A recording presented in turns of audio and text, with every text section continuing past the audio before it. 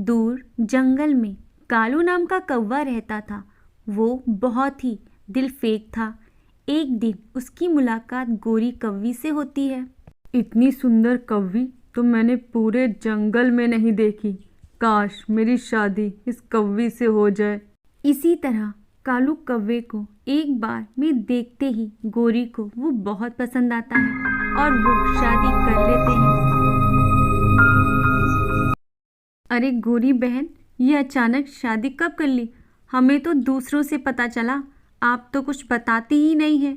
जी नी, बिल्कुल ठीक कही ताजी। तुम हम दोनों को नहीं बुलाया। हम तुम्हारा दोस्त, फिर भी चलो कोई बात नहीं, पर कौवे जी से तो मिलवा दो जी। हम भी तो देखे हमारी गोरी की पसंद कैसी। हाँ हाँ, बिल्कुल बिल्कुल, ज़रूर मिलवाऊंगी, लेकिन अभी वो किसी काम से बाहर गए हुए हैं और ना बुलाने के लिए मुझे माफ़ कर दीजिएगा। इतनी जल्दी में ये सब कुछ हुआ कि कुछ समझ ही नहीं आया।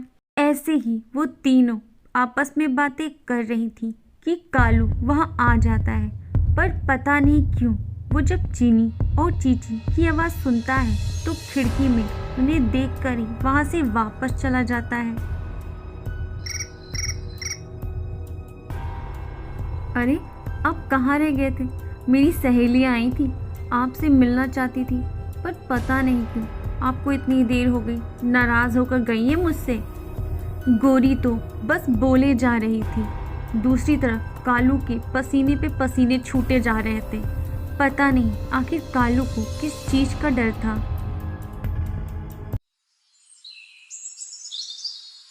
ये सामान क्यों पैक किया है? तुम कहीं जा रही हो क्या? कैसी बातें कर रहे हैं? मैं नहीं, हम दोनों जा रहे हैं। मतलब कहाँ जा रहे हैं हम लोग? अरे, आप इतना घबरा क्यों रहे हैं? कल बताया तो था। आप इतना खोए थे कि सुना ही नहीं। हम दोनों मेरी सहेलियों के घर जा रहे हैं। उन्होंने मुझे सरप्राइज़ दिया था ना, अब मैं दूंगी उन्हें।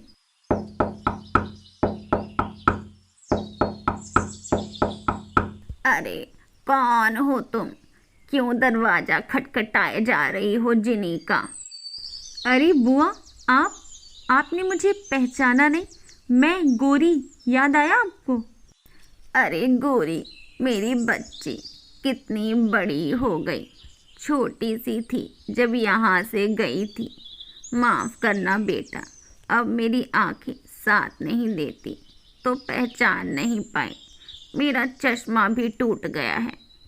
अरे ये सब छोड़ो, ये बताओ ये कौन है? बूढ़ी दादी के पूछते ही कालू झट से पलट जाता है। सबको उसका ये व्यवहार बहुत ही अजीब लगता है। लेकिन दादी, ये जिनी कहाँ चली गई और कब से दरवाज़ा खटखटा रही हो? कोई नज़र ही नहीं आ रहा। अरे हाँ हाँ गोरी, जिनी और बाकी पक्षी दूसरे जंगल में कबूतरी की शादी में गए हैं। तुम मेरे साथ चलो, मैं तुम्हें एक कमरा देती हूँ। कुछ दिन वहीं रुको। बड़े दिन बाद आई हो और कुछ दिन में वो लोग भी आ ही जाएंगे।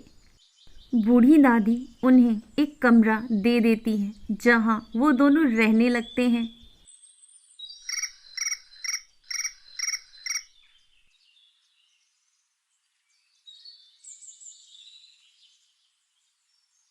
ये मेरा घर है, मेरा।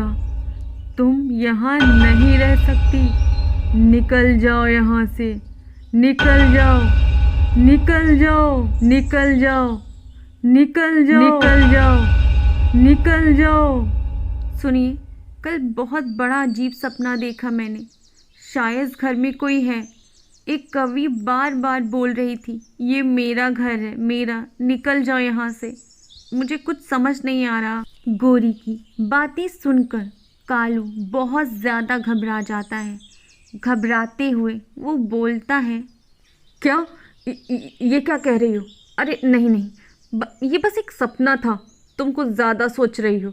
ज़्यादा मत सोचो, ठीक है? आराम करो। कालू को यूं घबराते हुए देखकर गोरी कुछ समझ नहीं पा रही थी, लेकिन वो सपना उसका पीछा ही नहीं छोड़ता। 2 रात वो लगातार वही सपना देखती है। इसी तरह एक रात आखिर आ ही गए आप। बहुत सालों से इंतज़ार था आपका। बहुत देर लगा दी आपने। ये कैसी बातें कर रही हो? मैं तो बस कुछ देर के लिए बाहर गया था। अच्छा, पर मुझे तो कई साल हो गए तुम्हारा इंतज़ार करते करते। तुम्हें हुआ क्या है? तुम बहुत बदली बदली सी लग रही हो। सुबह तक तो ठीक थी। कालू के इतना कहते ही गोरी की शक्ल बदल जाती है और वो कालू का गला पकड़ लेती है, पर कालू उसे दूर हटा देता है। क्या तुम ये नहीं हो सकता। तुम कैसे? तुम जिंदा नहीं हो सकती। क्या नहीं हो सकता? आखिर छुपा क्या रहे हैं? जब से आए हैं तब से खामोश हैं, हमेशा घबराते हुए रहते हैं। आखिर कौन नहीं है जिंदा? गोरी, मुझे माफ़ कर दो। मैं पहले इसी जंगल में रहता था। यही एक कवि थी जिसका नाम गुलाबो था। मैं और वो छुप छुप कर मिला करते थे। एक दिन उसके पापा ने हमें देख लिया और ज़बरदस्ती हमारी शादी करवा दी। मैं उससे शादी करना नहीं चाहता था, जिस वजह से हमारी रोज़ लड़ाइयाँ होती थीं। इसी तरह एक रात उसकी तबीयत बहुत ज़्यादा ख़राब थी। मैं काफ़ी देर से घर आया था। पता नहीं हमारी किस बात पर लड़ाई शुरू हो गई। लड़ाई बढ़ती बढ़ते इतना बढ़ गई कि हम में हाथापाई होने लगी। मैंने गुस्से में उसे इतनी ज़ोर से धक्का दिया कि वो सीधे पेड़ से नीचे गिर के एक पत्थर से टकरा गई। और फिर कालू की बातें सुनकर गुलाबो बहुत रोती है और कालू को हमेशा हमेशा के लिए छोड़कर चली जाती है। कालू हमेशा के लिए अकेला रह जाता है और गुलाबो की आत्मा को भी शांति मिल जाती है। दोस्तों, आपको ये कहानी कैसी लगी हमें कमेंट करके ज़रूर बताइएगा। और अगर हमारे चैनल पर नए हैं तो इसे सब्सक्राइब करना ना भूलें और दोस्तों के साथ शेयर करना भी ना भूलें। फिर मिलते हैं एक नई कहानी के साथ। तब तक के लिए अपना ख्याल रखें और हमेशा खुश रहें।